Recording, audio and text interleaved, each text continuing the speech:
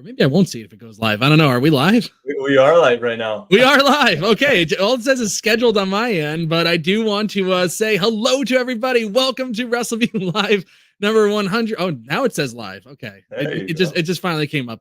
It says 21 seconds. So I guess I've been sitting here like a doof. Welcome to Wrestleview Live number 122, the Money in the Bank review. This is the first premium live event that's been held at a reasonable time for us to do a post show, because it's like weird to do a post show in the middle of the day, on a Saturday. It's tough. And actually, during the Backlash one, Victoria was giving birth. I was primed, ready to go for that show. I was so excited. Of course, Meltzer gave one of those matches like a 5-star, and I'm like, oh, I didn't get to recap the 5-star. But as I'm holding a newborn, like my priorities are a little mixed. But I'm glad that Roy got to do it. But this is finally, we have the opportunity. It's the first premium live event since WrestleMania to be held in the United States. It wasn't in the United States. This was in Canada, in North America. How about that?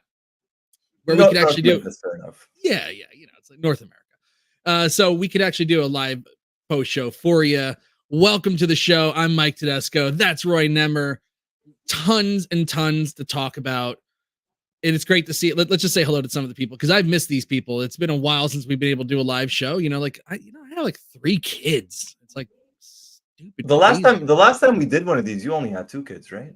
That's right. There you go. You're at 3 with a third on the way. Now it's like, man, it's been wild around here. That third kid really put us over the edge, man. It's tough. The Grace Ann is a beautiful little baby. She just turned 2 months yesterday. And she's getting out of being colic, so she's not sleeping well. But we find the other night we finally it took 40 minutes to get her down. She kept waking up, and she is ridiculously strong. So she bursts out of the swaddle, and we finally get her down. We're trying to finish watching the last episode in the first season of Your Honor, and then Emmeline wakes up because she's teething with her back molar. So life is nuts around here. But I do want to say hello and thank you, Andrew Elder, for the congratulations. Nafis Sadat, our dear friend, is here. Daniel Shell Grash is in the room. We have the supreme hype machine, the Wrestleview master, Quentin Walters, with us as well. And if I missed you so far, just say hello, and I'll make sure that we say hello back. But we got a ton of news to talk about here, Roy. The biggest news of the evening, unexpected. I was not expecting something crazy like this to happen on this show. I thought the craziness was going to happen just in the ring during the Money in the Bank matches, but we had a surprise appearance from an all-time legend in John Cena, who came to announce his retirement from WWE. And he laid out this, he said he wanted to do it in Canada because those crowds, whether WWE's hot or cold, they always show up. They're always loud. They love the company no matter what. So he wanted to come out and thank them, give them their flowers, and also, give them this big news. So far, what we have on the John Cena retirement tour is he is going to be in the 2025 Royal Rumble. He will be part of the Elimination Chamber, and he will compete in his last WrestleMania. An important caveat before we went on the air, the reason why we're kind of late getting on the air is because we wanted to watch that press conference because Cena was leading off. He answered a ton of questions, by the way, it was never ending. But the one interesting thing that he said was that WrestleMania is not his last match. It's just his last WrestleMania. This is going to go from January 2025 to December 2025. And they're working on about 35 to 40 dates right now. I'm stunned. I thought that, it's the greatest of all time, John Cena would be retiring at WrestleMania, but that's not the case. So this opens up a ton of options here. Roy, what your initial take on John Cena's announcement and this retirement tour? This was a surprise. I mean, as you mentioned, and it was like a roller coaster of a ride, because he just started off by saying, yeah, I'm here to announce my retirement. And I thought, wait a minute, this was it? He has no last match and he's just randomly announcing it. And then he said, and then that's when he kind of, started to add a little bit more on. And as you mentioned during the press conference, we found out he's going to be there throughout all of 2025. It's definitely a surprise. It's a marketing genius. This is, I mean, you're getting people hyped. They're gonna have so much fun with this. They announced this 6 months in advance. Obviously, there's a lot of, I think we're gonna get a lot of matches we probably have never gotten in the past, and probably one last John Cena Randy Orton match, just off the top of my head. But there's a lot, this is going to be his last Rumble. Are they going to do a thing where he ends up winning the Rumble and main events, WrestleMania, becomes a 17-time champion? If not, who's he going to face at WrestleMania? How are they going to lead into that? Elimination Chamber, is he going to be in the Chamber match? There's a lot. There's a lot of stuff. And this is something that they've been doing very well since the takeover, since the new owners. It's getting everybody hooked and long term.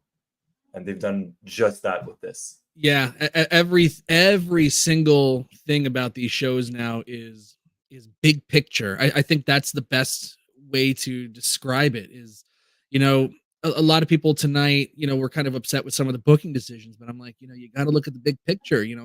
Money in the Bank is not the final destination here right now. We're building towards SummerSlam.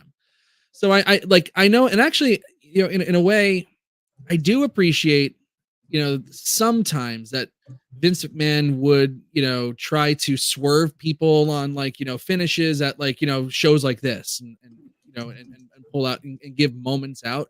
Sometimes they didn't land. Sometimes, a swerve for the sake of a swerve kind of just ruined a whole bunch of stories. And honestly, the storytelling at the end was pretty brutal.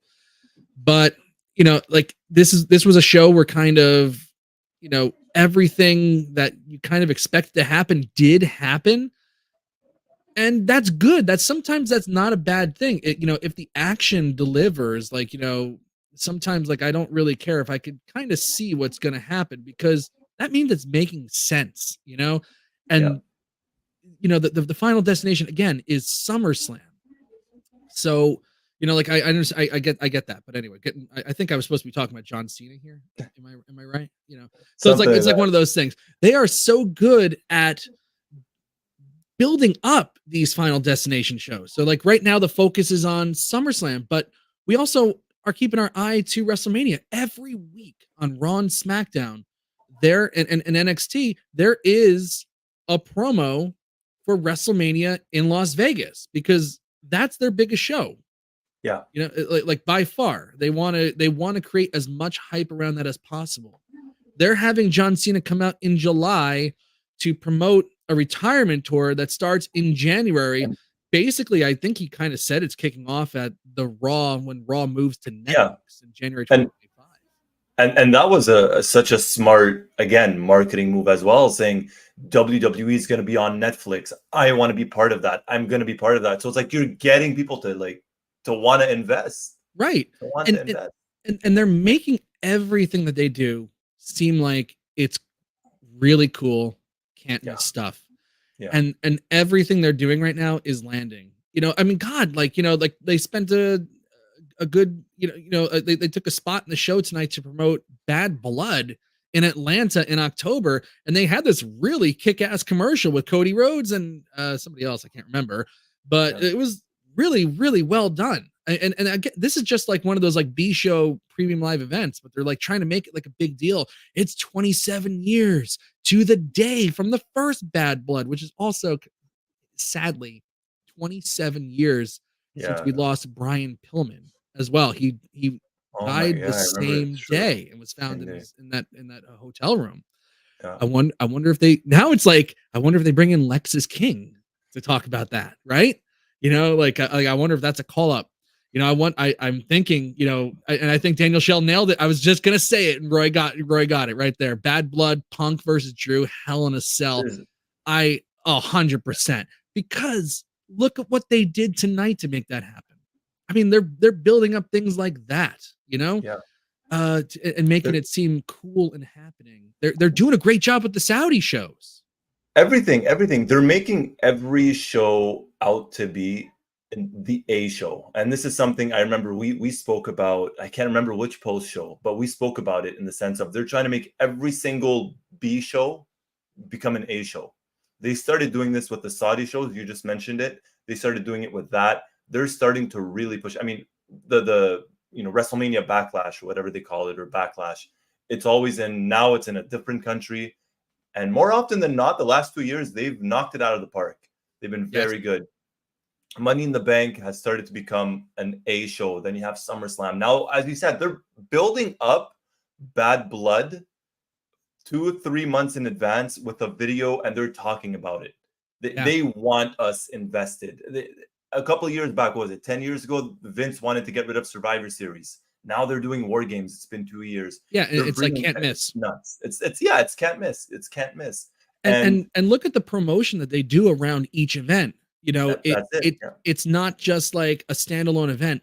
This was Money in the Bank weekend, you know, that they promoted here. This was Money in the Bank weekend with Sami Zayn's comedy show and SmackDown, and in the same arena, Money in the Bank. And tomorrow we have an NXT show, and Monday we have Raw. Like they're making these like destination events, so nothing's a throwaway, and that's the right idea, because if you signal to people that like, okay, you can stop watching now, and you know, for the people that do watch, we'll just give you something, and you'll just be happy because you have nothing else going on Monday night or Friday night. That's not the case anymore. Everything means something. It doesn't matter, you know. It's what must time of the year television. Yeah. How many times? Sorry, go ahead. No, and that's what they're doing with this Cena retirement tour. Promote it months in advance. Release those dates.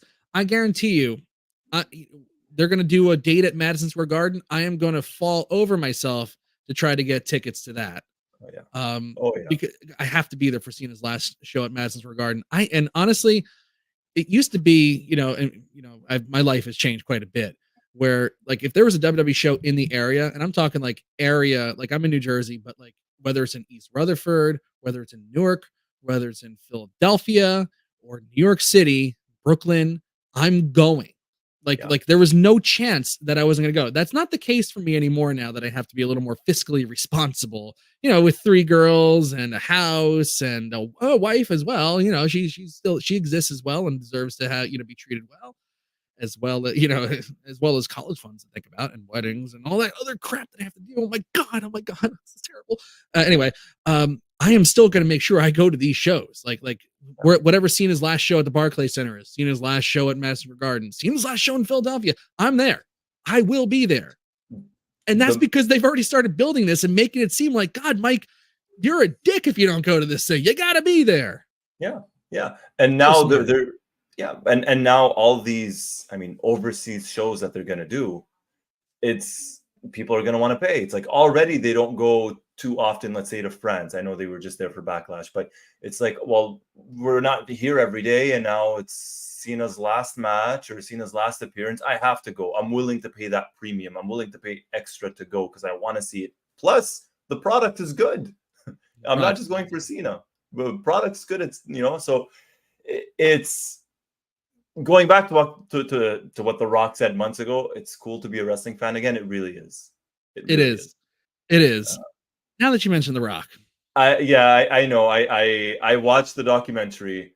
There was a thread on X or Twitter, and it was like the best memes coming out of it. Coming out of The Rock, and it was so good. Hulk Hogan level. Oh, totally. I actually had to mention it tonight because they actually showed that clip on Money in the Bank. If you have Peacock Premium, you just get regular WWE Network, right?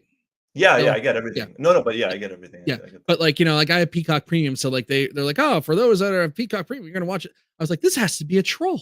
They're showing that thing where Dwayne Johnson is saying, oh, it breaks my heart when the fans aren't happy. So, I stepped aside and said, we got to give them Cody versus Roman. Yeah, right. Yeah. So I put in a tweet, which I guess they're still called tweets, but it's called X now. So I don't know what to call it anymore. But I put like, I guess he did that, and then immediately after tried out to be Metallica's bassist, like Hulk Hogan did. Yeah. Like one of those memes was great where it was like, Yeah, and then I was talking to Steve Austin. I was like, "Hey, have you ever read this Bible verse before?" And then he went out there and quoted it in his promo, and the rest is 316. history. Yeah, 316. He's he's gotten trolled big time because that was. That I was know such we're BS. going a That was little. Yeah, horrible. we're going a little bit off topic here, but that was no, like no. And I told Hulk Hogan, you should body slam Andre, brother. Like no, that's Yeah, you're right. getting to It's that like, level. come on. Come on. Um, Again, definitely off topic for what we're talking about here. But I mean, it took 2 months or 3 months basically for that show to come out. It was supposed to come out like the week after WrestleMania and it was yeah, delayed forever. I'm like, it took that long and they left that in there. They felt good about leaving that in there. How about that? I yeah, agree with Quentin Walters. Please like, subscribe, and share this podcast. Also, check out our website. You know, we've been around for over 25 years. You should definitely be checking out our website. We have a backlog of a ton of stuff, of course, yeah. but you know, the latest news and all that's good stuff. And of course, join the conversation, notification bell, so you don't miss any of our podcasts. Good stuff going on here, Roy. But yeah, John Cena's retirement tour. It's a happening. So he's at 16 right now. Yes. He's at 16. He is tied with Ric Flair.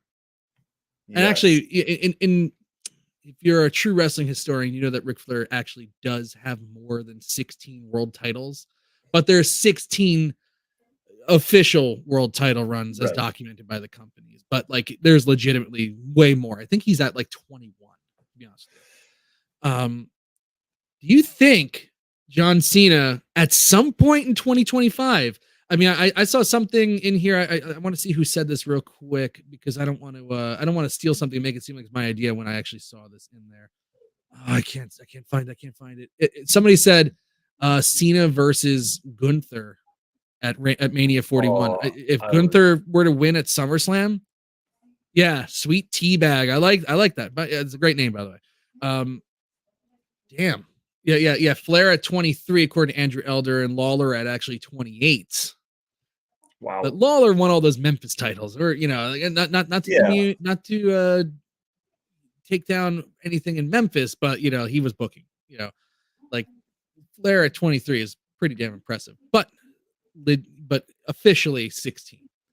Do they give him that 17th run at maybe at WrestleMania against Gunther? See, this is something this is something that I was thinking about prior to us going on air. Is that when Cena said 30 to 40 shows tentatively, right? He said there's a lot of stuff going on, trying to fix his schedule. 30 to 40 shows in a span of a year. He's gonna be there once every week and a half or so. Like he's gonna be there. He's gonna be a full-time guy. It doesn't mean he's gonna be wrestling full-time, but he's gonna be there full-time. If you know you're getting John Cena for a full 12 months, and maybe even a little bit more so, right? Because I don't think he's going to start exactly January 1st, might be there November, December, who knows? If you know you're getting John Cena for a full 12 months, and he's going to give it his all, and he's still in tremendous shape, do you give him a title run, knowing that people are going to pay to watch him, and at the same time, going back to the comment that I brought up earlier, you're going to be not erasing, but Cena's going to be the main guy at 17 and no longer, like, you're no longer going to have to quote or mention Flair at 16. So I would not be surprised if at one point we do. Yeah, I'm actually kind of feeling like that could be a legitimate possibility. Yeah. I don't know if it happens at WrestleMania. I mean, it'd be something if he were to win the Royal Rumble and then win at WrestleMania. You know, I mean, he also mentioned in his press conference he's been on a losing streak. I'm not of the mind anymore that, like, you know, everybody has to go out on their back, right? You know, No.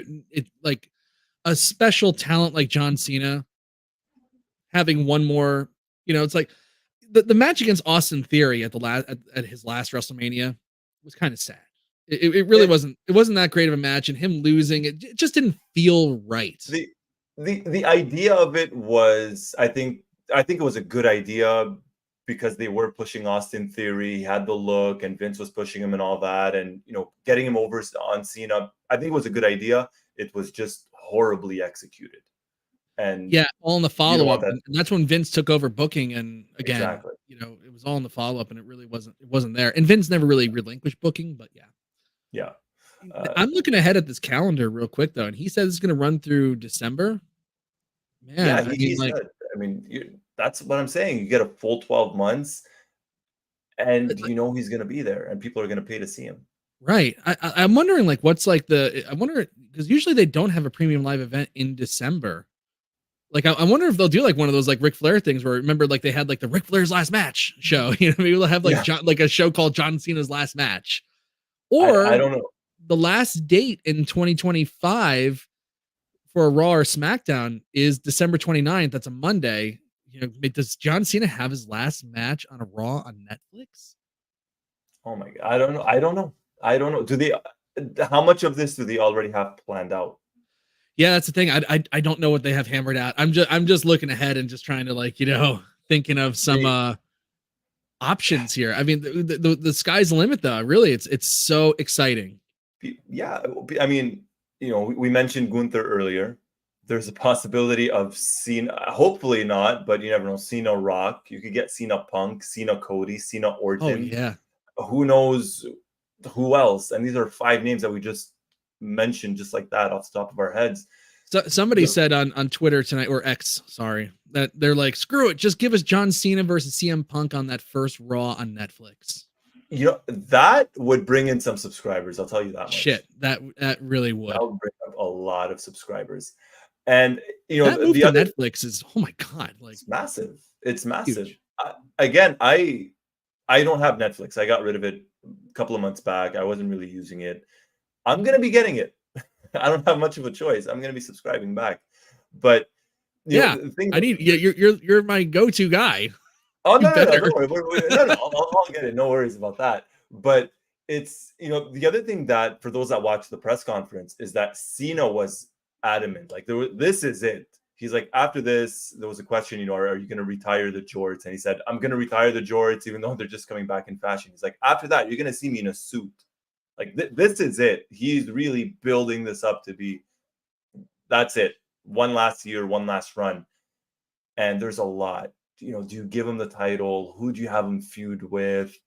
And the other part as well, and I don't know how many of you guys kind of thought about this, and I thought about it very briefly, but the fact that already the promos have changed, right? As opposed to, let's say, last year. The fact that they're going to be on Netflix, you're going to get a Cena unhinged, so to speak. A Cena that could speak his mind, not a Cena in the PG era. So the promos, there's a lot. There's a lot that's going to come. Yeah, I am just so excited. This company is continuing to flourish creatively. I know there's some people that are, that they just want to, down anything, these people in like these camps, like, like I'm in the AEW camp, I'm in the WWE camp. They want to like crap on all this stuff. And yeah, of course there's plot holes sometimes, but like they're few and far between compared to like what the hell we were seeing a couple of years ago. I totally agree with Nafis right here. If they treat the first Raw like they did with SmackDown on Fox, there will be good stuff now with Triple H. 100%. That first SmackDown on Fox was great. I remember they kicked it off with The Rock and Becky Lynch, which was an awesome thing.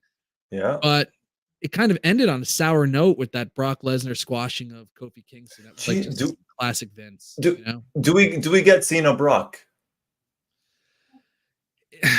If Cena they Roman? can if they can reconcile the stuff with Brock, I would love to see it one more time. I'd love to see it one more time. But again, John Cena has talked a lot about how his body is like saying like this is it. Like you have, and he also has a movie career to think about. Which again is he's basically putting this movie career on hold to give it back to the fans, to give back to this company that made him who he is. I mean, this is a really special talent. This is a really special guy. Yeah. The sacrifice that he's going to make to hit these dates in 2025, facing Brock it's a physical. It's a battle. It's a battle. And, I'd be afraid for him in that one. But I'd like to see him versus Roman again. I'd like to see, there's a lot of like dream matches that could happen. Yeah. One more time against Seth Rollins. There's a lot that they can do. And the other thing I mean, you mentioned, putting his movie career on hold and everything. Cena's considered by many to be the greatest of all time, or at least one of the greatest of all time, right? What I don't want to say hurts me about Cena, but borderline almost like he deserved better, was that he had the company on his shoulders during that PG era where ratings were like at an all-time low. No one was watching, and it was all about John Cena. He wasn't there during the Attitude Era. He's not there. I mean, he's here now, but you get what I mean? Like, he was there during WWE's worst era in 20 odd years. Yeah, I mean, the first couple of years of that run actually were pretty damn good. Again, it's not like Attitude Era numbers, but like, TV had really changed by that point.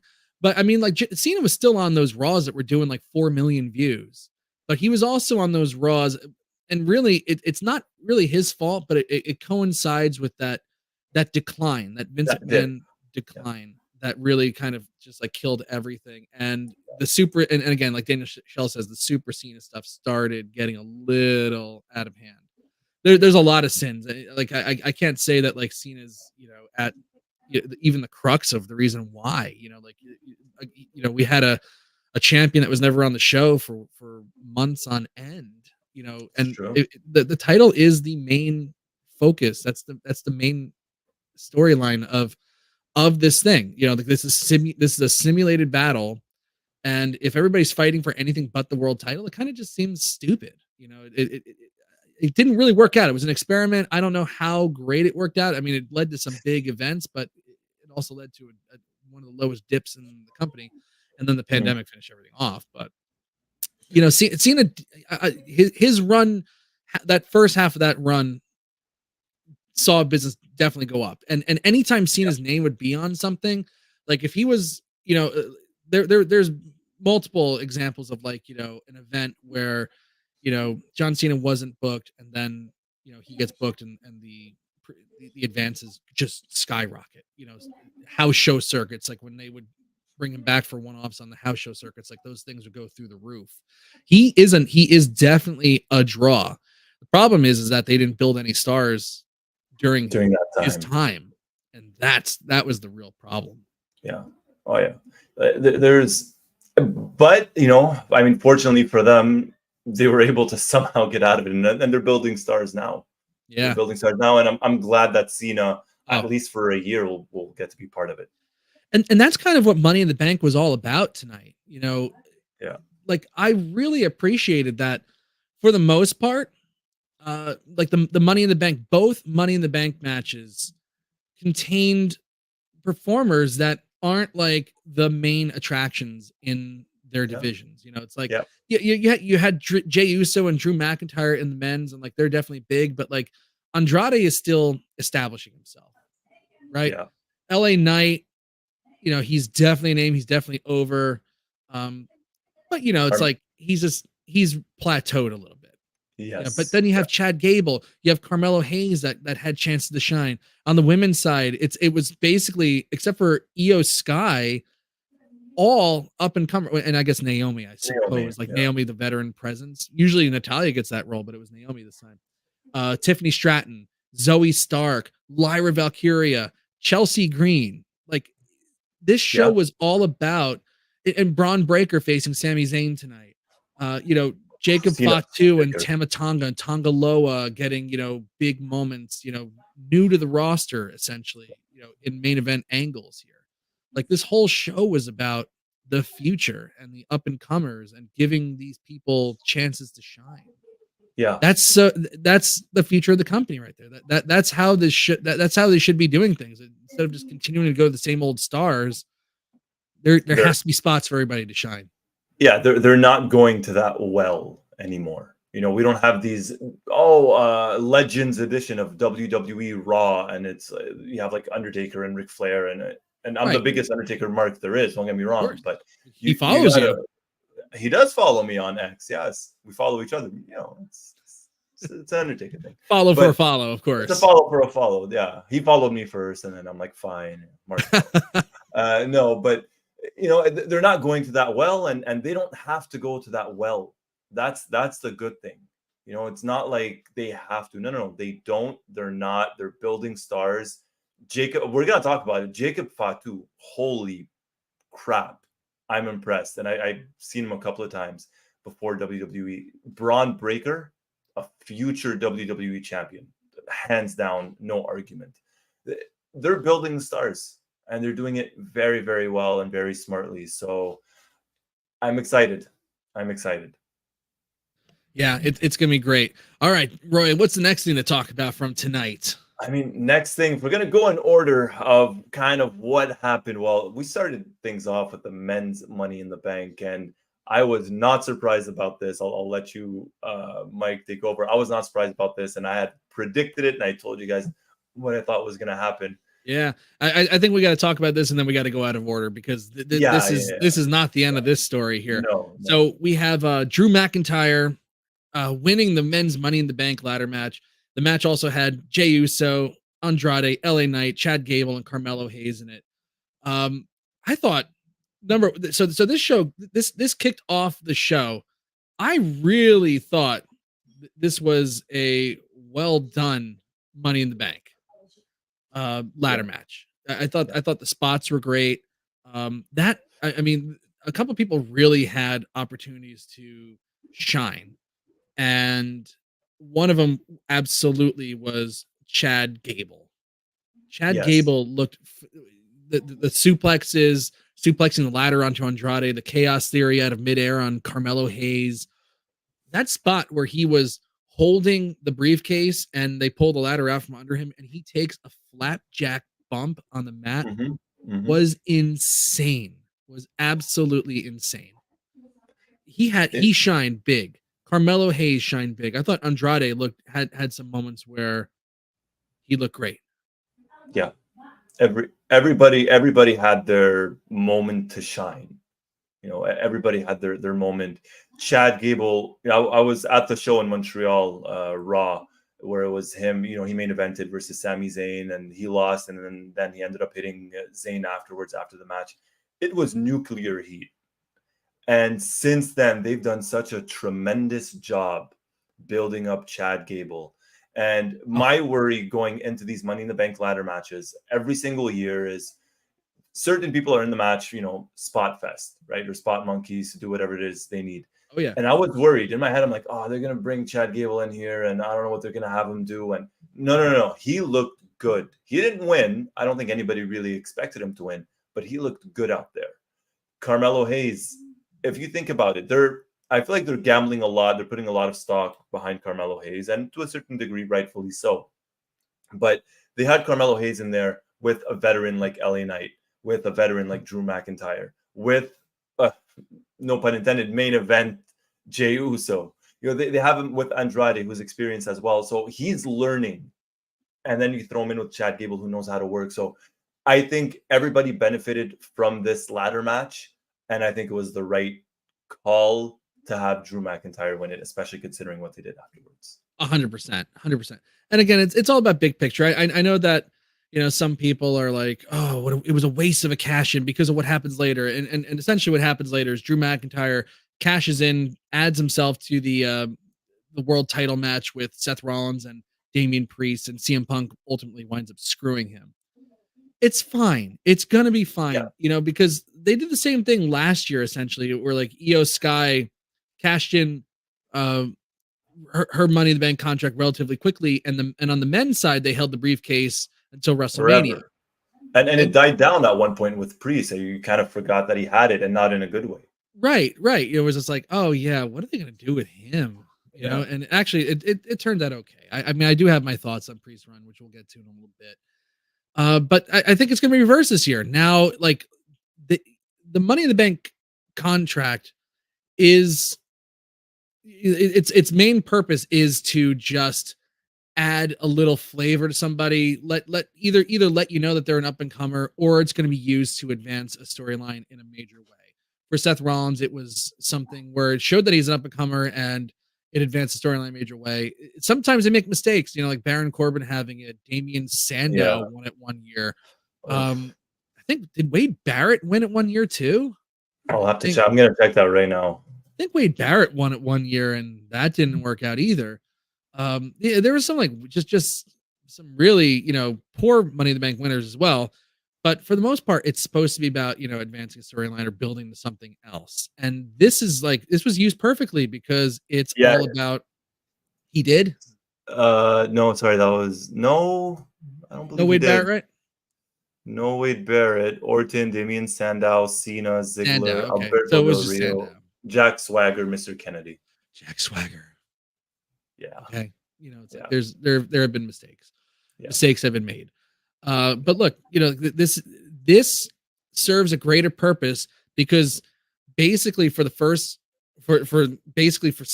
and for the first part of the fall run, it's going to be Drew McIntyre versus CM Punk. And I do think Daniel Schell is right on the money that that's going to culminate at Hell in a Cell. Yeah. How do you build a blood feud that winds up in Hell in a Cell? Like I like that they're not doing the Hell in a Cell PLE anymore, right? PLE, pay-per-view, whatever you want to call it. But a Hell in a Cell for the sake of having a Hell in a Cell waters down the concept. But if you have a vicious feud where these guys have been brawling all year, and in each other's faces, it's been going on since basically November when CM Punk returned and through January, and then he gets injured, and Drew McIntyre's like, I prayed for this. I prayed for you to get injured. I'm so happy this happened to you. And then CM Punk costs him at WrestleMania and trips him and breaks his elbow and costs him a couple months of competition. Costs him the world title once in his hometown. Costs him the world title again after cashing in Money in the Bank. This is a freaking blood feud now. Yeah. It's got to culminate in Hell in a Cell. And it doesn't really, like, it could get there without Money in the Bank, but it makes it so much easier to make that argument because every chance that Drew McIntyre had, he made opportunities for himself. He made an opportunity for himself tonight with the Money in the Bank contract, and he still got screwed. It's time. This is Hell in a Cell level quality now. It absolutely is. And they did so much with this. And this is a feud that does not need a title belt, right? They could have had Drew win tonight, no CM Punk, and then you could still have your Drew versus CM Punk for the title. That's fine. This is a match that doesn't need it. And I'll argue, and I agree with you, Mike, I'll argue and say that having Punk cost Drew the title makes that match even more interesting than if it was for the title. Because it adds a lot to it. And let's not forget Seth Rollins, because now Seth cannot challenge Damian Priest for the title, even though I don't think Priest is going to have it for much longer. But you still have that. And then it makes sense. It makes so much sense. Drew versus CM Punk is must watch. I don't know how close Punk is to getting cleared. Previously, I thought they were going to do this at SummerSlam. But now that Bad Blood is there, and they mentioned Hell in a Cell in the first ever Hell in a Cell, I think that's when we get it. I don't think it's going to be SummerSlam. I think we're going to get it at Bad Blood. It very well could be. I mean, especially if CM Punk isn't 100% ready yet. But we'll see. I mean, like they could do a couple of they could do the famous the one that set up Hell in a Cell in 1997. Everybody forgets. Is that Undertaker and Shawn Michaels, it started at SummerSlam where, Shawn Michaels was a guest referee and ultimately wound up costing the Undertaker the WWF title versus Bret Hart by inadvertently hitting him with a chair shot after Bret spit in Shawn's face. Then they had this actually a forgotten classic, really great match at like the September In Your House. And it was a non-finish. Like it was a no contest that ultimately led to a Hell in a Cell.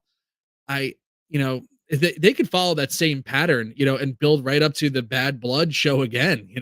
It's like there's a lot that you could do with that. I just, it's and again, and it's not like they're doing Bad Blood and it's like okay, and it's 27 years since to the date of the first Hell in a Cell, so we're gonna have a Hell in a Cell match. Who's gonna be in it?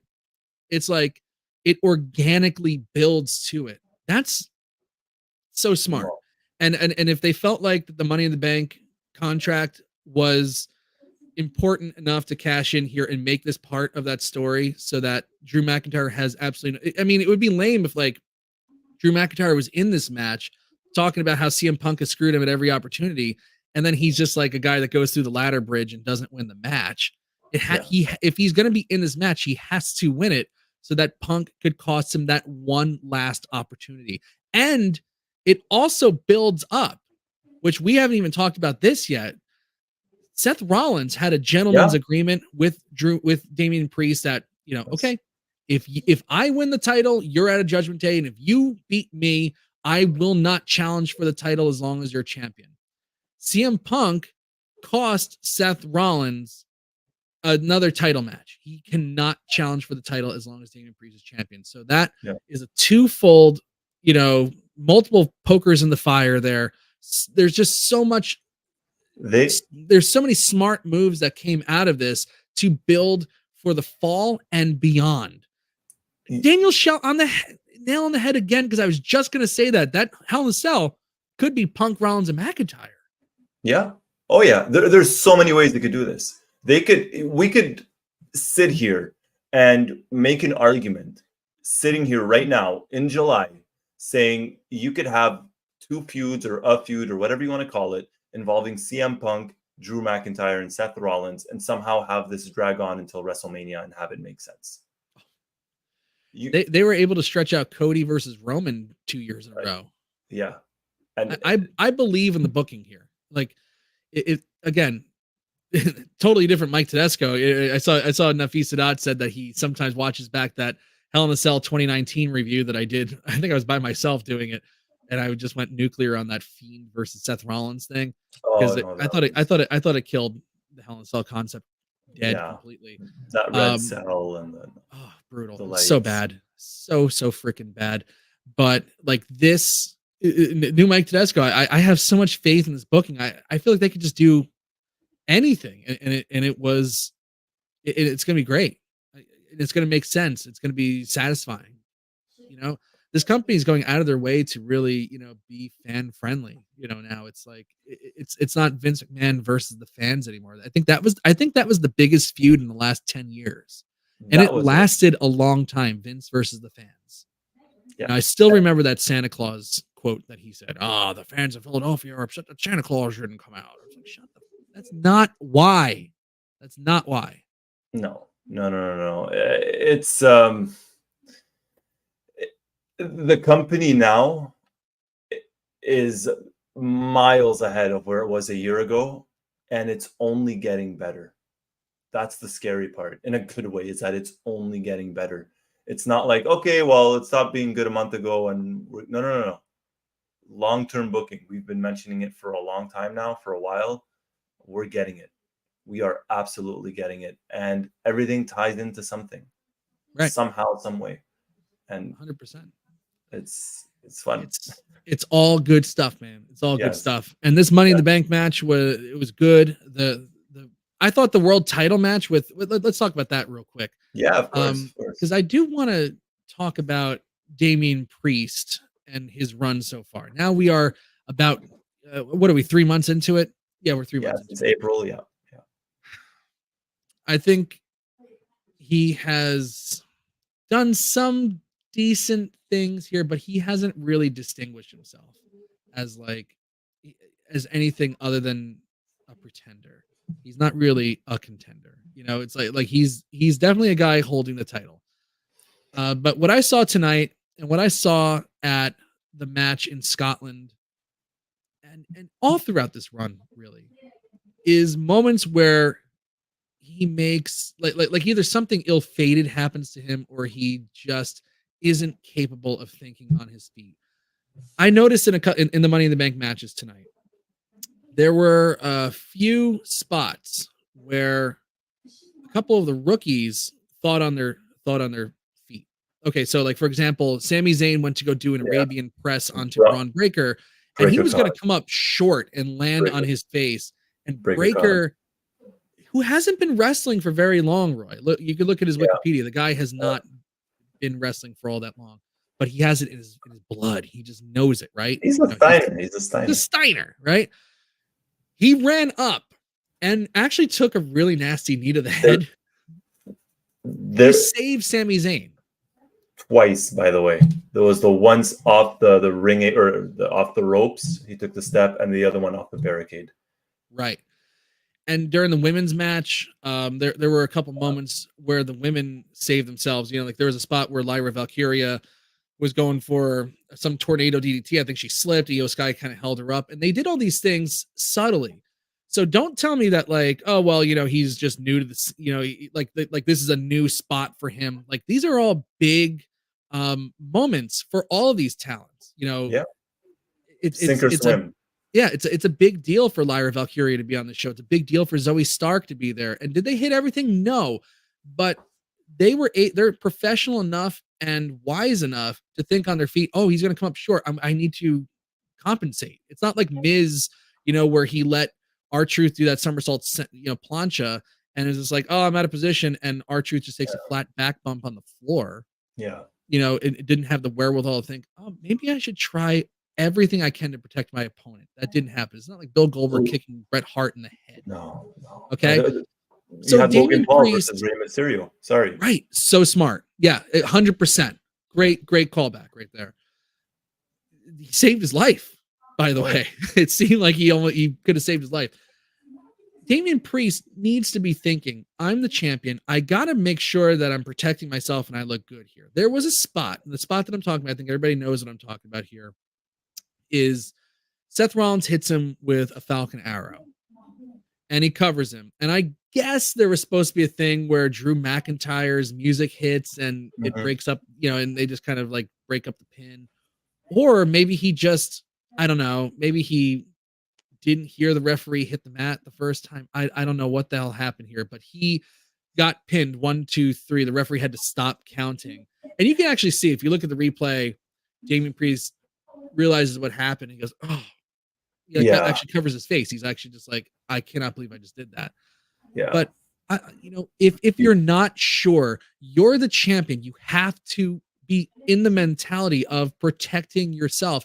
You have to think, Falcon Arrows is not his finisher. If I kick out, who gives a shit? It's not in the script, but I'm going to kick out anyway. And he doesn't have that innate sense, that intuition to protect himself. Yeah, that's what I thought. And I just thought, you know what? He's looked out of his depth multiple times when he got his feet caught in the ropes at Scotland. I know that could happen to anybody, but these things seem to happen to him quite a bit. And he's not distinguishing himself as an actual main event player. And I've been waiting. It's been 3 months. Tonight it was a total. It's a rookie mistake. I'm sorry. It's like, you know, you can excuse Jade Cargill for slipping on the ropes at, you know, at the last premium live event. Again, she hasn't been doing it for all that long, and she doesn't have all that much experience. But Damian Priest, what's the excuse? You know, consequences. You know, like you have to be, in my opinion, whether you're a champion or not, but especially if you're a champion. And I know this sounds bad. It's almost like we're piling on Damian Priest here, but you have to have that common sense of thinking, okay, I'm the champ.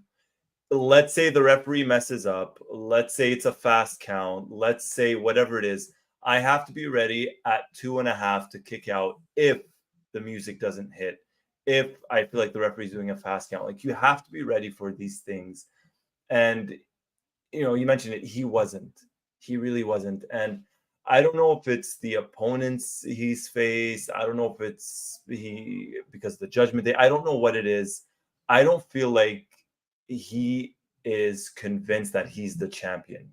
I feel like there's maybe a lack of confidence there in him, even from before tonight, because I'm in the same boat as you are, Mike. And I think all of us here in the chat, from what I could tell in the comments, I don't know how seriously we're taking Priest as the champion. You know, we spoke about Gunther in the past, right? 666 days as the Intercontinental Champion, and he made that title his. Oh yeah. Seth built this title, you know, and made it his. Gunther distinguished himself. He did. He absolutely did. Priest, for whatever reason, has not been able to do that with this title. For whatever reason, whether it's the promos, whether it's the matches, I don't know. He has not been able to. And today was another slip up for him, unfortunately. Yeah, I mean that's one of those things that's going to be just circulated all around. Like I've seen tweet after tweet after tweet. Oh, Victoria's there. Hey, my wife, she's upstairs. Come on. I told her be part of the show, but she's like, make sure Gracie ain't sleeping. Um, but like he's it's going to be all over social media. It's going to dog him, and I think it's he's been holding this title to give it to Gunther this entire time. I cannot imagine a scenario now where Gunther doesn't leave with that world heavyweight title. Absolutely not. Absolutely not. And them it helps Priest by winning tonight. They could have done something where he beats Seth cleanly. Let's say they could have done something there. It would have helped him, but I don't care how much help he gets between now and SummerSlam. He has to lose that title, and he's only going to learn from this. Like, him losing is not going to be a bad thing. He'll learn and he'll come back. And if ultimately he ends up winning the title once more, he's going to be better. He's going to be more experienced, but he has to drop it. I don't think he's ready for it yet. Yeah. And again, it's going to be all in the follow-up. I think that, Damian Priest losing at SummerSlam means that Finn Balor probably turns on him, so like it's going to be in the follow-up. He's going to be out of Judgment Day. Now it's going to be a chance to stand on his own. He's going to be without the group. He's going to have to become a killer. They're going to have to do some character tweaks with him.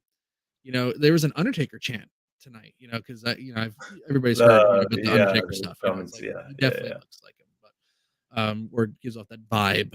But he's got to find his own identity. I think it could be good. It kind of reminds me of like in recent vintage, I suppose Bianca Belair when she won that first women's title, from Sasha Banks at that WrestleMania, the first Mania back, during COVID. But she wasn't really ready yet, right? And they did that thing with Becky Lynch. That was a disaster. It really truly was a disaster having her beat her that quickly. But they were able to, in a way, reverse that and turn some lemons into lemonade there. And she ultimately wound up gaining enough steam back to beat Becky Lynch and hold that title for over a year. And she did become a certifiable face of the company.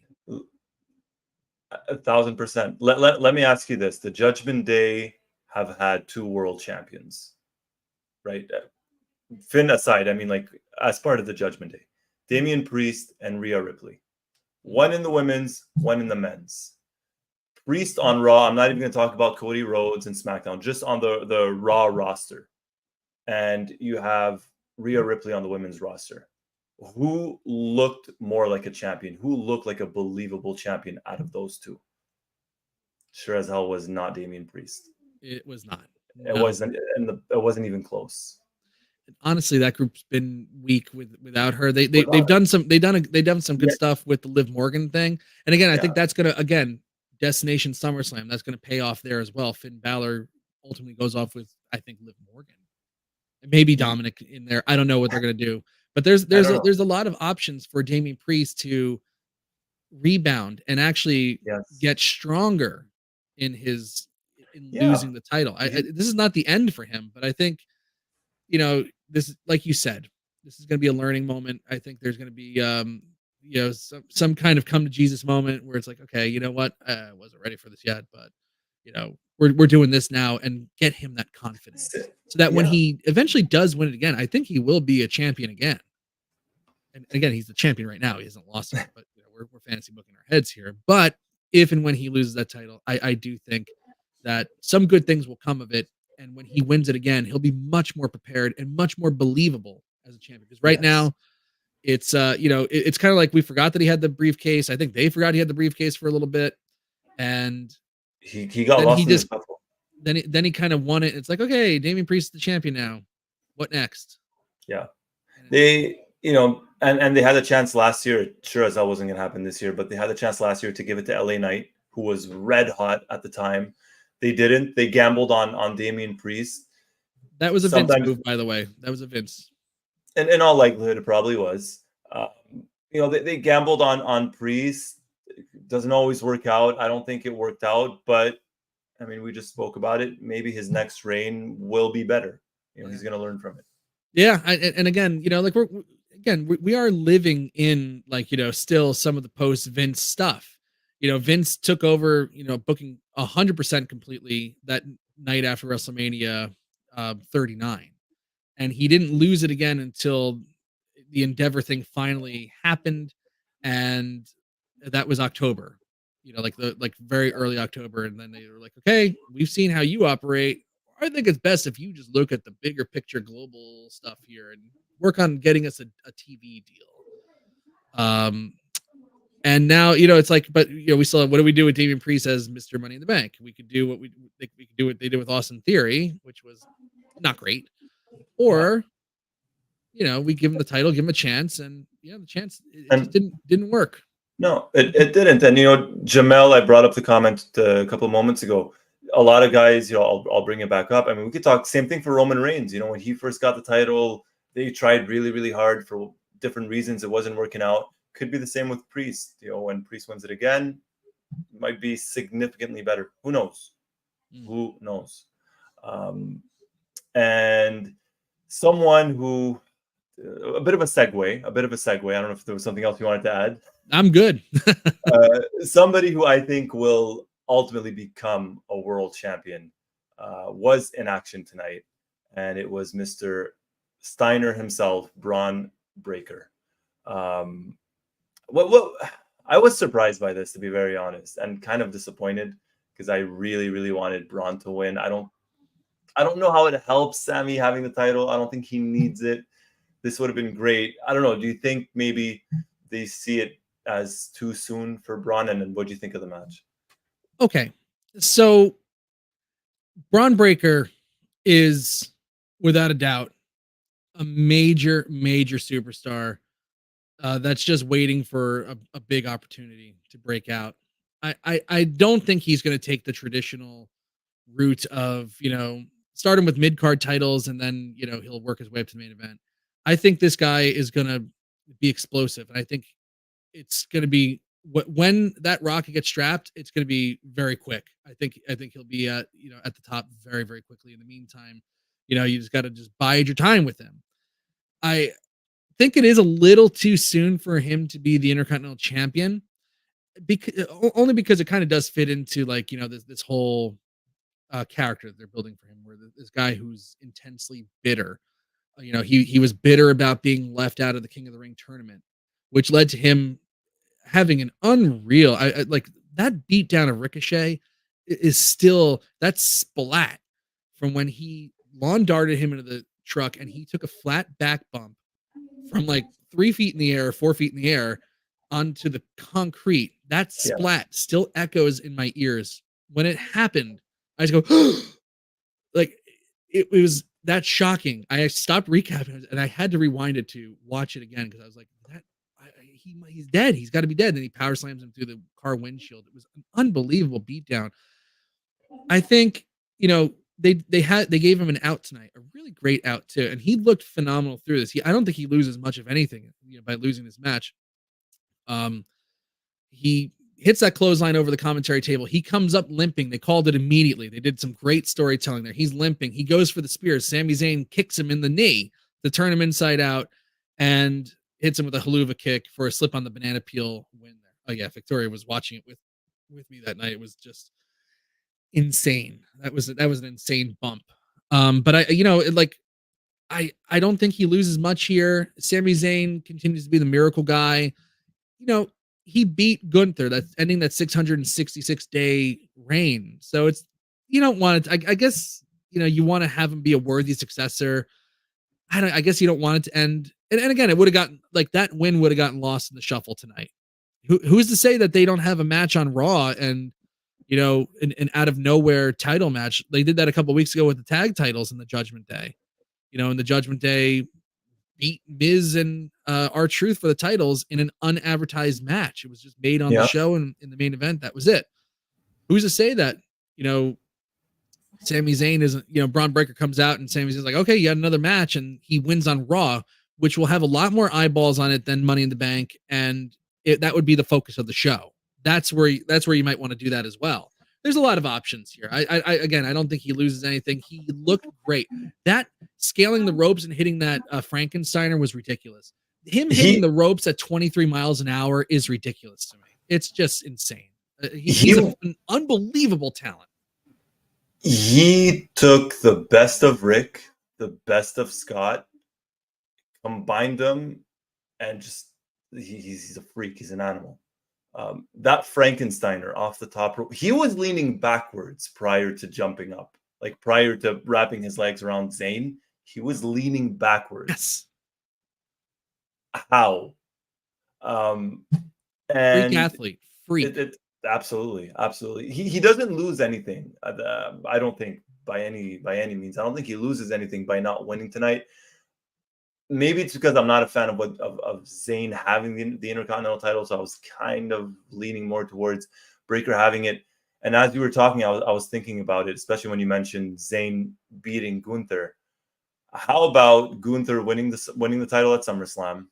Breaker wins the Rumble. We got Breaker Gunther at WrestleMania. Oh. I mean, that would be one hell of a hard hitting match. I think someone's chest is going to cave in. It's like Sheamus and Gunther. I thought was super, super, super ridiculously hard hitting. But man, that could be another go round for Gunther. It'd be unbelievable. I'd like to. I still want to see John Cena versus Gunther. Now you got me thinking. Now you got me thinking. Hopefully we get it. Andrew, he does talk like his uncle. He does. Oh my god. He reminds me more of Scott than Rick. Yeah. He reminds me more of Scott than Rick. But either way, this was a good match. This was a good match. And I legitimately thought for a split second, I really thought he had hurt his knee there for a split second. And yeah, that was a really, really great move. And again, like Jamel says, it keeps Sami strong too. Sami keeps pulling off the miracles. He's the miracle kid. Yeah. If they want to do something at like Survivor Series of War Games where it's like Bloodline versus Bloodline, bringing Sami Zayn back as the honorary Uce, you do want to keep him a little strong, have him beat some bigger guys. I mean, there's a lot of options. I mean, look, anything can happen throughout the fall, but I do believe that there's destinations for both guys. Nothing happens in like a vacuum. It's not like, okay, we made it to Money in the Bank, thank God, and we'll figure out where we go tomorrow. I think there's long-term projections for everybody. Yeah, no, and you could tell there is, especially under the new regime. You could absolutely tell that. And this will make Bron Breakker more violent, more dangerous. It's going to help his character by not winning in a weird way. Yeah, that's true. Actually, you know what? You convinced me, Mike. There you go. You convinced me. What can I do? Any other thoughts on Sami Zayn or Bron Breakker here, my friend? No, I could potentially see a rematch maybe down the road. Because I mean, who knows what they're going to end up doing in terms of Zayn? Who's going to challenge next for the Intercontinental title? Do you do a rematch? I don't know, but no, nothing to add in that sense. I wonder if Liv Morgan gets him an Intercontinental title shot at SummerSlam. Dominic, I mean. I was thinking, that'd be fun. That'd be fun. I'm down for Dominic Mysterio holding a title. I like it. I like Dom. I'm up for that. Dom's had that mustache is pulling a lot of weight right now. It's doing pretty damn good. It's killing me. It's hilarious. I love it. Gross too. It's really like ugly, but that's what makes it so good. Yeah. Talking about what was so good. This match, man. This women's Money in the Bank ladder match. Naomi, Zoe Stark, Lyra Valkyria, Tiffany Stratton, Chelsea Green, Io Sky. Really, none of those names except for Tiffany Stratton really lit me on fire. I do like Io Sky, but Damage Control's been kind of listless since WrestleMania. Lyra Valkyria definitely is an up and comer. I think they need to work on getting her like a character though. It's like it's not enough just to like, oh well, she was in the finals of the Queen of the Ring. It's like and she lost and she got. I mean, that was a hell of a squash by Nia Jax. That was a devastating Samoan bonsai drop, but she's not doing much. And Chelsea Green was a lot of fun in this, but none of the names really lit me on fire. So I didn't have many expectations going into this match. Oh, ew, Alex, ew. That's I gross. said I'm down for Dominic being a champion or holding a title, Alex. Roy likes that dirty D, man. Come on now. I do not. That was Nothing a great against line. if you do. That was a good line. Yeah, That was a great line from Zelina Vega. She doesn't have much, but she has that. she had that. But god dang.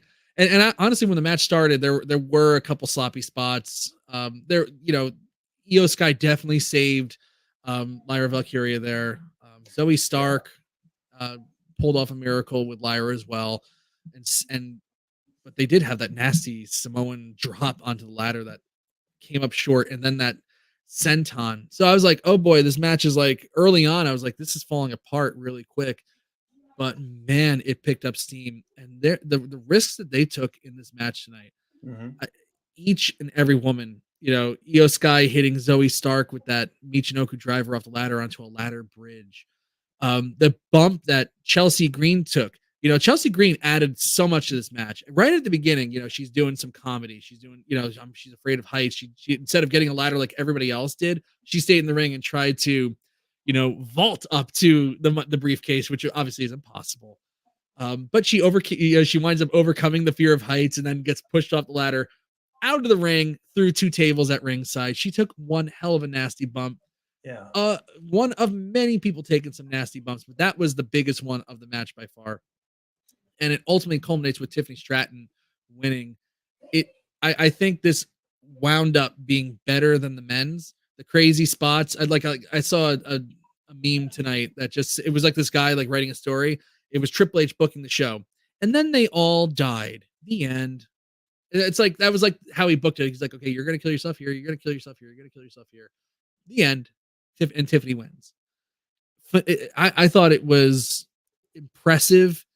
It showcased how strong women's wrestling is in WWE right now. And again, I just got to tip my hat to every woman here. They all took there was like a spot where Tiffany Stratton hit Naomi with an Alabama slam on the ladder, and God, that was nasty. Naomi took such a nasty bump on there, but God, they really kept going. It was a hell of an effort from all of them tonight. And I think the best thing. I think the best match on the show. I think it was the best match on the show. I think it was, and I think having Tiffany win was the right decision as well. They did a lot of crazy stuff. Was it all perfect? No, but it was solid. The fans were into it, which is always a very, very much a good thing. But in my opinion, there was only one right winner, and it was Tiffany. 100%. Yeah, they've since coming up to the main roster, since she showed up at the Rumble, and then even the ovation that she got at Elimination Chamber in Australia. That's what woke me up to her.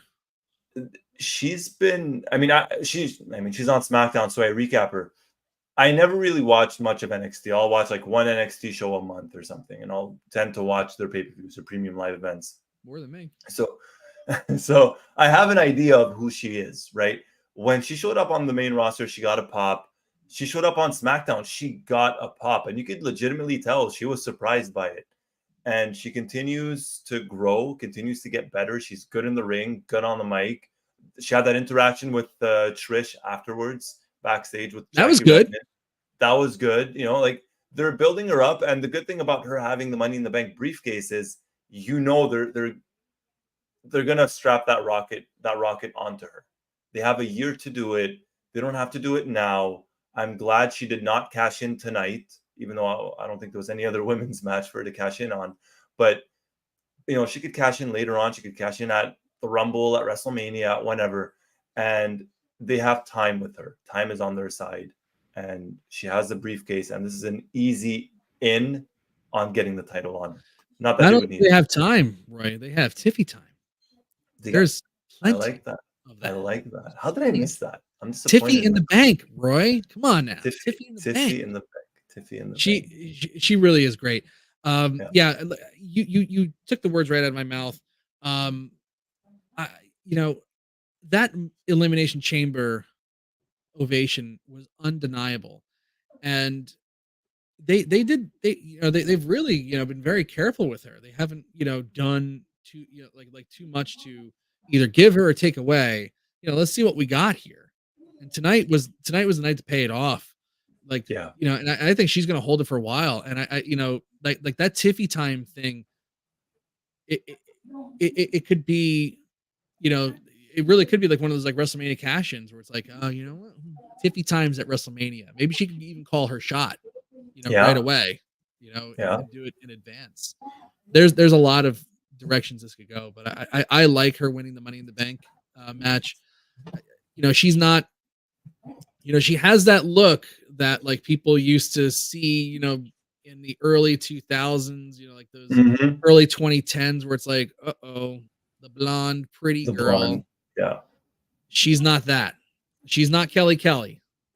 She might No, look like Kelly Kelly, but she ain't that. She is a legitimate professional wrestler. she's an athlete. She's an unbelievable athlete. And Yeah. like I remember the first time really that I had seen her, it was like one of those NXT Stand and Deliver shows. It was like right before WrestleMania. I think it was right before WrestleMania 39. They had a multi-woman ladder match. And she took this ridiculous, she did like a ridiculous swanton off the top of the ladder to the floor, kind of overshot everybody or came up in the middle and wasn't caught and took a flat back bump on the floor. I was like, God, she's taking a risk like that. Yeah. She's serious about this. Like she earned my respect there. And again, I don't think it's fair. It's not fair to um stereotype somebody based on their looks, but that's going to happen when you've gone through all that crap, with Vince and the plastic girl squad where no, they look good, but they can't wrestle. She looks good and can wrestle, and a phenomenal she has a phenomenal um aura and promo and character. She's the total package. She's like another one of those people that could be face of the company here. Yeah. Yeah. I dare say. Oh yeah. And the fans react to her. The fans like her. She gets a reaction. And that's, sometimes we see very, very talented women, men, doesn't matter, competitors, superstars, and they're very good in the ring, but for whatever reason, their character does not catch on. Fans don't necessarily react to them, and it happens. With her, it's the complete opposite. Fans are reacting. She has the look. She's good in the ring. She's 25. She's still learning. There's a lot to go still with her, and it's going to be exciting to watch. It really, really will be exciting to watch, to see what they do with her. And you mentioned, a potential face of the women's division or face of the company. You have Tiffany Stratton. You have Rhea Ripley. Let's not forget Bianca Belair to a certain degree. I think she's up there in the mix. Jade Cargill, maybe not as much. I mean, depending on how she progresses, but they have a good core in that women's division for the next couple of years. So, it's a far cry from the women's division of 2010 and 2012. And so where, maybe it was a little bit more about the looks and the in-ring action. 100%, my friend. 100%. Right. Tiffany it is indeed Tiffy time in WWE. It is. I'm excited to see. I'm excited to see her, flourish a little bit now. Yeah. No, absolutely. Absolutely. You know who else is flourishing, Mike? Who? The Bloodline. Oh, the Bloodline. Oh, my Bloodline. Goodness. Yeah. Roy, you have had some really phenomenal angles on that SmackDown lately. Actually, I'm kind of bummed that number one, that I didn't recap when you needed somebody to recap that Madison Square Garden SmackDown. I'm kind of bummed that I didn't do it. I'm more bummed that I actually didn't go to the show in general, because I almost did. And we were so on the fence about it, but I just never, I was just like, I didn't pull the trigger. That was this Bloodline since WrestleMania has been what an unbelievable wrinkle to the story. I was, you kind of think like it's going to be fragmented after Roman's gone. Um, you know, what's going to happen? What's Paul Heyman going to do? Is Paul Heyman done? Is Paul Heyman going to be managing a guy like Braun Breaker? Like I thought something like that can happen, but no, they've kept up with it and they've added to it. And I love this storyline of like adding Tama Tonga and Tongaloa and Jacob Fatu to the bloodline, with Paul Heyman saying like Solo, there's a reason why we didn't add them to the bloodline. These guys are too wild. These guys are too dangerous. Like these guys were too dangerous to be in this company. And I loved them building up on commentary tonight, like Corey Graves and Michael Cole were talking about entering the country. Yeah, like how they had to go to bat for Jacob Fatu to even get into the country because he's so dangerous. And how Paul Heyman used to be the owner of ECW and he had a whole bunch of wackos running there. He led the Samoan SWAT team. He's dealt with some dangerous, unsavory characters, Brock Lesnar, throughout his entire managerial career. And he thought that Tama Tonga and Tongaloa and Jacob Fatu were too dangerous. Compared to all the other guys he's ever managed, these guys are the most dangerous. We cannot have them. Put them over really, really well. Built to some phenomenal angles, and it's God. Like I honestly thought that Roman was coming back tonight. It would not have surprised me, and especially because this match went on last. I was like, okay, are they going to do an angle? What are they going to do here? And remember after WrestleMania 39, where Roman retained, and I believe it was Heyman in the press conference. Heyman said, "Oh no, we're still in third base or third inning. Sorry, third inning." Yeah. It turns out we understood it wrong all along. The ninth inning was not Roman losing the title, because we're still in the innings. I believe. I don't think that this ball game's over. I think we're in the seventh inning stretch. Yeah, this ball game's not over, and I think that's where we understood it wrong in terms of like, we all thought ninth inning would be when Roman loses. No. They've done a good job. After WrestleMania, I was very, I was questioning. I'm like, well, what are they going to do with the bloodline? Is Solo really? He's going to take over? All that stuff. But bringing in the three that you just mentioned, this is suddenly very, very interesting. Yes. And to think that, I think Tama Tonga was Camacho with Unico, years ago. Like, my God, what a change. I like that. Like he really does look like a cold-blooded killer, Tama Tonga, where he stands there, he's like, with the eyebrow crooked and the whole thing. He looks like, I don't want to screw with that guy. I don't want to screw with him. Now, like in the ring, he doesn't look all that big.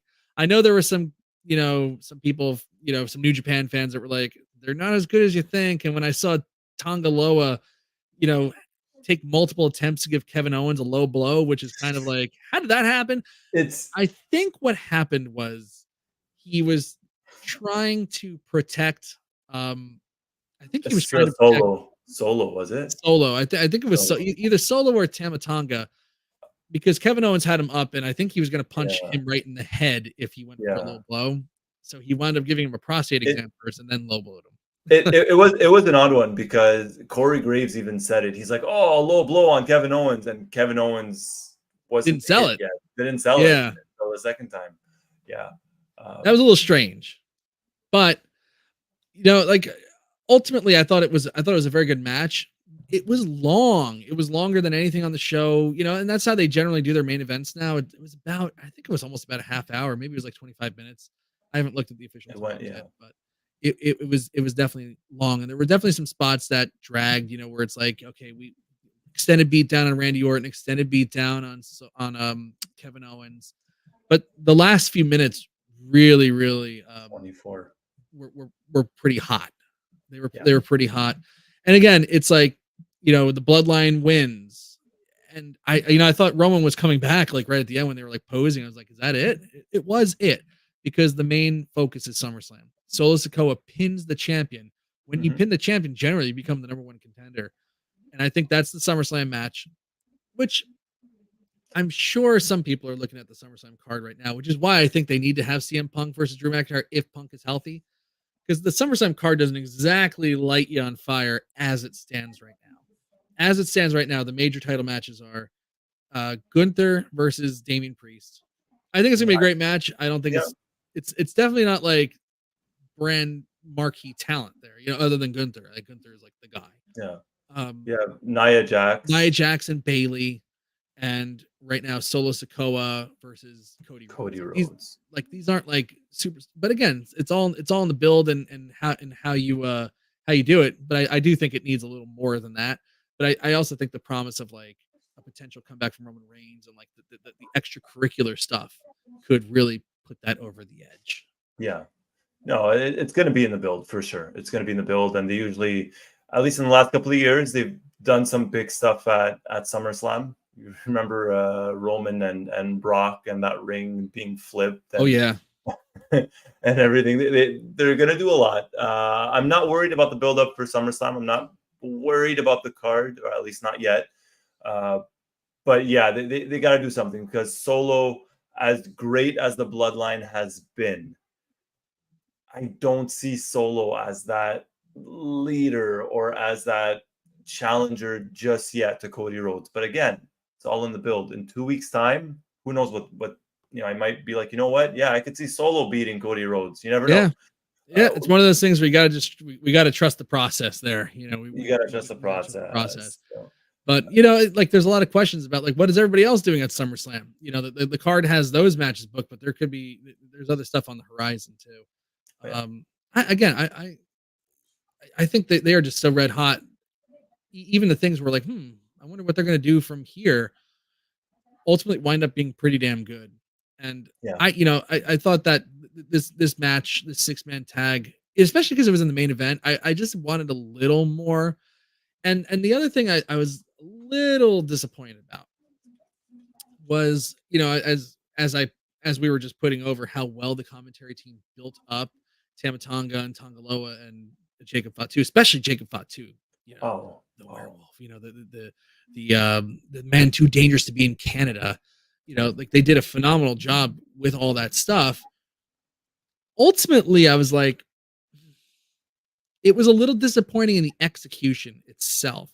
I thought they could have done a little more to make Jacob Fatu look like a dangerous wild man in this match. I actually thought he was pretty tame, all things considered. I wanted to see something violent from him, and it didn't happen. They put over all this violence that these guys commit, and ultimately I thought they were pretty tame. Yeah, I thought that was a miss. Yeah, I felt like the start of the brawl at was it Backlash, the tag team match at yeah, Backlash. that was great opening match. I was expecting a little bit more of that tonight, to be honest. Yeah, I thought it was gonna be like wild like that. Yeah, I was expecting a little bit more, especially because it was the main event. I'm not particularly fond of tag team matches, let alone 6-man tags. I understand why they had the match. It wasn't the best match on the card, and honestly, it was probably my least favorite match on the card. And I was probably because I was expecting more. I was excited to see Jacob Fatu. I was surprised that they did not announce it beforehand that Jacob was going to be in the match, because I don't think they announced which 3 members of the Bloodline it was going to be. We assumed Solo. You're right. Yep. But I don't think it was ever. I mean, I recapped SmackDown yesterday, and they didn't mention anything. I don't remember them mentioning. Yeah, I watched SmackDown explicitly for the express purpose of seeing who would actually be in the match.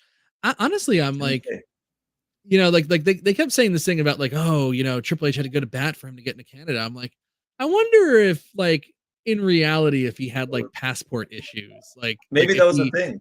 Yeah, maybe he forgot to renew his passport or something like that, and like they had to like go through all these hoops to make sure that he could even be at the show, so they weren't even sure. I don't know. Maybe but it actually seemed like that. Another thing that was weird was they kept saying like, I know everybody jokes about Jimmy and Jey Uso trying to get into Canada because of all their DWIs. I was like, well, what? Wow. Yeah. Like, reality meets kayfabe. Yeah, I was like, what? I was like, I cannot believe they're saying that right now. Well, it's so funny. Drew mentioned it on SmackDown. He told Jay, he looked at him, he's like, how did you get in the country? You know, and Jay thanked the crowd. He's like, "Thank you, Canada, for allowing me in." It's, you know, it's real life stuff that some fans know of that they're playing into. It's very, you know, it's very minute, but it's cool to see. It's fun to see.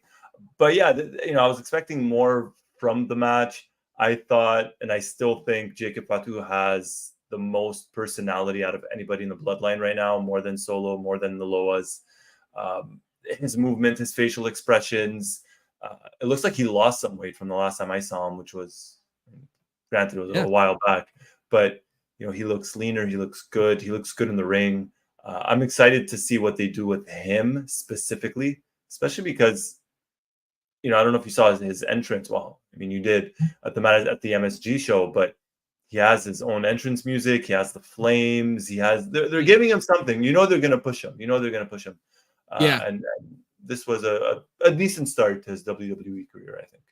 First match. It's just unbelievable. Like these Samoans, like they never stop coming here. It's like they're constantly there's always another one in the pipeline, and they're all good. You know, and I'm not saying that's not to say that Jacob Fatu wasn't good in this match. You know, like that twisting senton off the top rope, that whisper in the wind looked fantastic. There was a couple things he did that were like really, really crisp. I'm just saying the way that they booked him, they could have actually made him done a little more violence. So I just pulled him up on Wikipedia, by the way. He perhaps he actually had trouble getting into Canada because when he was 18 years old, he was arrested for robbery. And he says he credits seeing his cousins Jonathan and Joshua, the Usos, on a jail TV as his inspiration for becoming a wrestler. So I don't know. Maybe like if you have a criminal record, maybe they ding you with something. Maybe that's why. I don't know. I'm just speculating right now. I don't know. I see Andrew's comment. I'll bring it up. I don't know. I'm in Canada. I don't know. Honestly, I couldn't tell you. It's a possibility. Well, I think that's why it was always like a concern whether Jimmy and Jay could get in, because they were actually convicted of DWI. Well, I remember actually. No, the last year's Elimination Chamber here in Montreal. I was at the show and the SmackDown before, or I didn't go to SmackDown before, but I don't believe they were at that one. Remember, Solo showed up from under the ring that when he helped Roman beat Sami Zayn. Right. They weren't there. So, yeah. But Jey Uso definitely was on the show tonight. So, yes. Yeah, it's Jay was. Yeah, maybe if like a certain time has passed, maybe you have to pay a fine. I don't know what you have to do, but like maybe you have to talk to the State Department and get clearance. Like, this guy's not a danger. He's, you know, it's been years since he's been pulled over, whatever it is. But you know, you mentioned a couple of moments ago about how, you know, there's so much in the pipeline, and there's always another Samoan coming in. I don't know if it's actually going to happen. A lot of us have kind of speculated, and you read the speculations. If we do end up having a War Games match where it's like the Bloodline versus Bloodline, Samoans versus Samoans, they already have it. I mean, we have 4 members of the Bloodline now. You could have Roman on one side, The Rock on the other side, Jimmy, Jay. That's 4-on-4 right there. Or I don't know if The Rock comes back for a Survivor Series, but probably you definitely do Roman, Sami Zayn. Yeah, you know, as like maybe like, you know, using that because they've done a great job of like having those like, you know, secondary offshoots. You know, Jimmy Uso was not close to Sami Zayn, but Jey Uso was, and that's what made Jay successful on Raw compared to Jimmy, who had no friends, right? And that's why Jimmy ultimately had to stay with the Bloodline. And like, there's a lot of like really, you know, really interesting things that they've done that are, you know, kind of underplayed. Kind of like undercurrents behind, like, you know, some of these characters. Maybe Sami Zayn comes back as the honorary Us in that War Games match. You know, Roman, Sami, the Usos versus Solo and his Killers.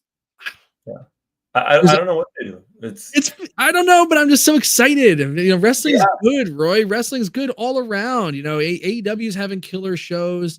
You know, TNA is actually. You reminded me. I'm going to that TNA show on July 20th here. Really? You going to Slammiversary? Yeah, friends got tickets. And I mean, they're like, do you guys want to go? I'm like, yeah, when is it? Sure. And I forgot about it, but we have tickets. So third row, I believe, something like that. But yeah. Andrew Elder pulling out really interesting storyline thing here. Rock, you know, is probably Solo's backer. That could be really interesting. You know, I didn't even think about that. I love fantasy booking. I love thinking about where all this stuff could go. Let's not forget. And you know this happened for a reason. when The Rock accidentally, when Roman accidentally speared The Rock at Oh yeah. WrestleMania Night 1. That's going to lead to something, whether it's WrestleMania or whenever it is, or I don't know. That's going to lead to something. There's so much going on. In all honesty, they have enough for this bloodline to last another 2 or 3 year. years. Easy. Easy. You know, like they could do Rock versus Cody this year at Mania. Yeah. You know, they could do Rock and Roman. Right. And they could ultimately do, I think Rock Roman would be the thing that probably culminates the entire thing. I think that is the 9th inning. And I think that's not next year. I think that's the year after. I think there's so much more left to do. And I mean, we know we're gonna get Cody versus Rock, especially after the Raw after WrestleMania, what happened there. So that's gonna happen. We know we're gonna get Rock and Roman. Is that our WrestleManias for the next 2 years? I do think so. I think you can actually call some of the big matches. WrestleMania 50, you know, it's like finally get Rock versus Roman. Yeah, it could be. You know, whenever Dwayne Johnson puts his finger on the pulse of everything, and I think the time is right now. You know, but in the meantime, I said, you know, you gotta go with Tiffy. It's Tiffy time. Okay, Dwayne. I woke up in the middle of the night. I couldn't sleep, and I started thinking to myself, it's got to be Tiffany. She has to win Money in the Bank. I called Tony. Or not Tony. I called Hunter. I called Paul. Told him, look, we do the Money in the Bank. We do it specifically in Toronto, and Tiffany wins. That's it. You know, I was talking to the Young Bucks. I was like, God, you guys should really do something where you guys go all in. You know, it's like, wow, okay. Dwayne Johnson is just he's everything great in wrestling. I guess apparently came from Dwayne Hogan. Or Rock Hogan.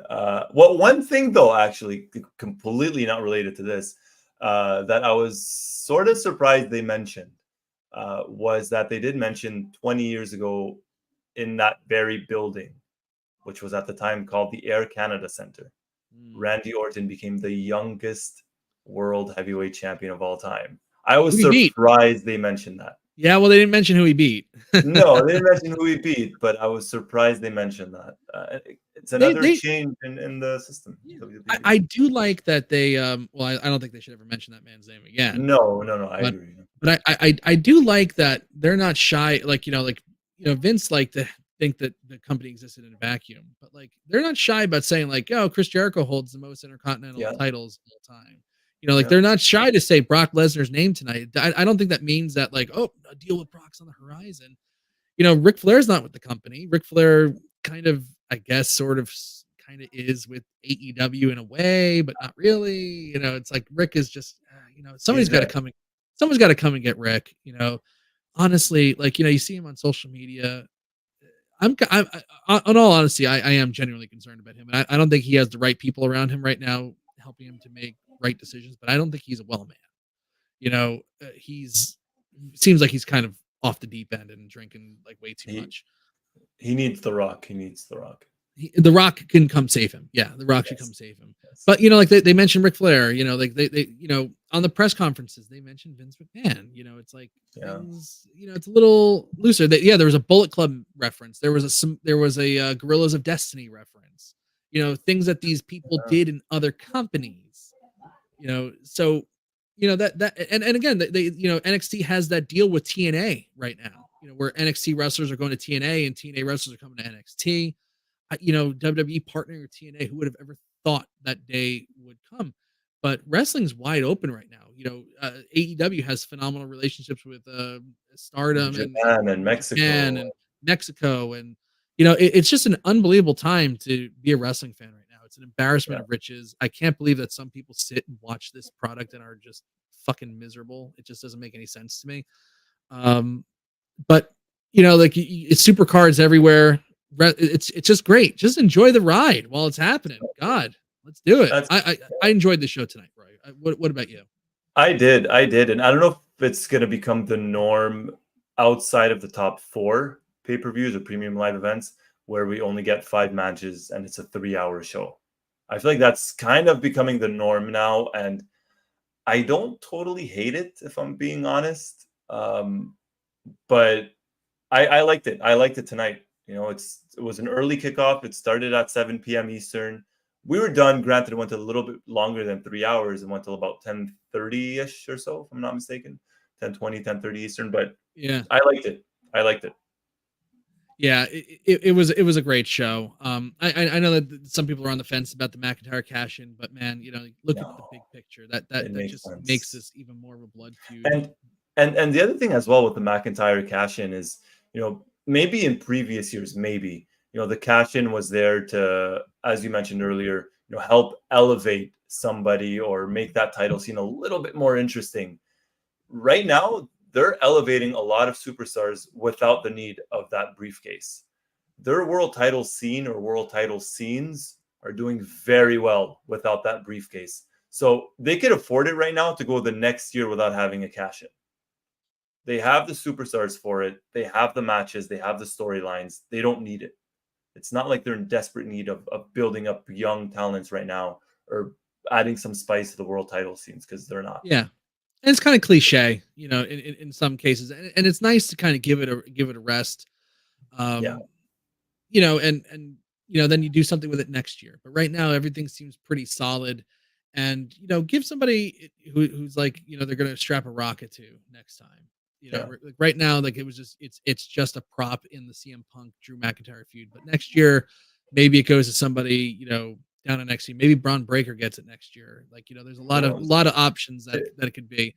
But I think using it wisely and also not overusing it, where it's like, okay, now we got a guy who's going to hold it forever. When's your cash it in? It's like it's becoming cliche, Yeah. and then eventually it's like, if you don't factor into the storylines right away, then it's like, okay, we got to get the briefcase off him somehow. We got to figure this out, and then all of a sudden you're doing things that don't make sense. And honestly, I feel like with Drew, with Damian this year, if Punk does not get injured, I don't know when they would have cashed in on Damian Priest. Because you would have had Punk versus Seth Rollins, which, according to the documentary that they released, Triple H said it. I think that was the initial plan. Yes, Was Punk and Rollins. of course, it really was. I mean, you could see it. Sense. You could see it in those January builds that Yeah. before he got injured. Like that was obviously the destination they were heading toward. So do you have Priest cash in on that? Probably not. Priest is not going to cash in on Roman or Cody. So would Priest still have had the briefcase? Who would he have cashed in on? That's true, but then you have to also think that like at the time Drew McIntyre hadn't re-signed yet, and he was kind of working on like kind of a handshake deal, back in January. He didn't re-sign until I think at right after WrestleMania he did, or right before it. But they, to their credit, they kept him in that storyline, especially when Punk got injured. Then they really needed to. Then they needed him. Utilize him. Then they needed him in a big way, and make sure they get that. But there's a lot of things that were like, when were they going to factor that in? That's it. Or was he going to be another failed cash in? Would they have just cashed him in on NXT? Or don't forget, actually, they hinted That's true. That's true. Intercontinental title. They hinted at it when Gunther had it. Yes, yeah, and look, Austin Theory did open the door for a mid-card title to be one of the cash-ins. Yeah, that's it. And I, now that we're talking about it, and the more I think about it, I don't think he was ever meant to be world champion, because they did hint him going after Gunther when they had that face-off. Yeah, and him winning the world title really, again, like this also plays into like the Drew McIntyre CM Punk thing. Yes, it makes sense. Like, he's kind of just, maybe that's why it also hasn't really felt like this is like a legitimate world title run, because the winning with the Money in the Bank is kind of cheap anyway, and it is overshadowed by something larger. It is. Ultimately, I think they'll figure it out. They'll figure it out. But I think Money in the Bank is safe. I don't, I don't think it needs to be held forever all the time and whatever. No. But again, everything's smart. Everything's right and tight right now. This is a great show. The storylines are really, really awesome. And I'm just excited to see what they do next. Really, like I can't wait to watch Raw on Monday. Every Monday I'm just like sitting there like, I can't wait. Raw's gonna be good tonight. It's nice. It's so refreshing. I missed Raw live this past week, but on my flight back, I had it downloaded on my phone, and I was watching it it was 2.5-3 hour flight. I watched it. I was done, up to date. Normally I probably would not do that, but the show is so good. Absolutely. I feel you 100% there. It's like, on the rare occasion that I do miss Raw, like sometimes I'm like, what did I miss? Like I haven't missed a Raw in a while. I think It's been a while. since like March or something like that, and I can't Yeah. even remember why. But I think I like it really. I have to have like the flu in order to like stop recapping Raw now because I enjoy it that much. I just don't want to miss anything because I think everything is just like so freaking well done and awesome. I don't want to I don't want to miss something live. It's like No. it's I feel like a kid again. Sometimes when I watch wrestling. So again, really awesome show. Can't wait for the next one. Can't wait for the next show that we do together, which will be at SummerSlam, Mr. Roy. Yeah, absolutely. It's August 3rd, August 4th. I think so. Yeah, something like that. Something like that. But we'll be here. Yeah, we'll be here. August 3rd, I think it's on Saturday, August 3rd. I think I'll be down the shore, but I'm gonna figure out a way to do a live stream from Wildwood Crest. We'll see what happens. We'll figure it out. Yeah, we'll figure it out. We'll make it happen. I've done live shows from the hospital after the birth of children. So you have. Two of my kids were born like right on like pay-per-views. Like Emmeline was born right before the Royal Rumble, and I did the live show right from there. Grace Ann was born the day of Backlash. It's like poor Liliana. Her first pay-per-view was that Hell in a Cell disaster. Oh yeah, I think that was her first, or she was born like right after that. I'm like, oh, what a terrible way for my kid to come into the world. Damn it. And then COVID. But yeah, then COVID happened. It's all right. They're good now. It's good now. Yeah. But overall, really good show. Some smart booking. Yeah. There's a lot of different directions to go in. I know it's a little polarizing, but overall, even on Twitter, it looks like the poll is positive with 70% saying it's giving it a thumbs up so far. That's good. Yeah. So again, it's like getting me thinking. I'm like, I want to do post Raw again. I want to get back to doing post Raws with Victoria or Roy or both. And like I think this build to SummerSlam is going to be very good. So I can't wait to see it. And also, we got the Uncle Howdy stuff going on in Raw. We got, Liv Morgan and the Judgment Day stuff. Like there's a lot of good. Drew and Punk is the big one. And Drew and Punk is huge. That's massive. Yeah. And actually they did a great angle after the show where Drew McIntyre interrupted the post show and wound up elbowing Adam Pearce in the face. That's probably they'll probably get Drew off here for a couple of weeks, like a suspension type of thing. I could see that happening. It could be, but we know what happened last time when he quit WWE, then he came back and killed CM Punk on SmackDown. So that's fair. That's true. It's so good. I can't wait. I almost want to do a post Raw Monday just to kind of follow up. We'll see. Let me know. No promises, but you never know. All right, I'll let you close this off. Right. Oh, it's all good. It's all good. Thank you, Mike, for doing this. Thank you for having me. Thank you, everybody, for joining us. We are gonna try and who knows? We'll see if we'll do a show on Monday. But this was Wrestleview Live number 122, WWE Money in the Bank 2024, live from Toronto, Ontario, Canada. A great show overall. A lot of thumbs up. And Mike, any final words? Just great to be here again with you, Roy. Great to be back on the Wrestleview YouTube channel. Great to be talking with our friends again, and I can't wait for the next one. And I'm not going to take down my stuff just in case. I'm not living in a shed. This is just my backdrop. Yeah. I tried to upgrade my my setup here. So all good. You look good. You sound even better. Thank you, sir. So do you. Gosh, look who's talking, please. No, please. But I'm not going to take down my stuff just in case we do something on Monday. So fair enough. Same here.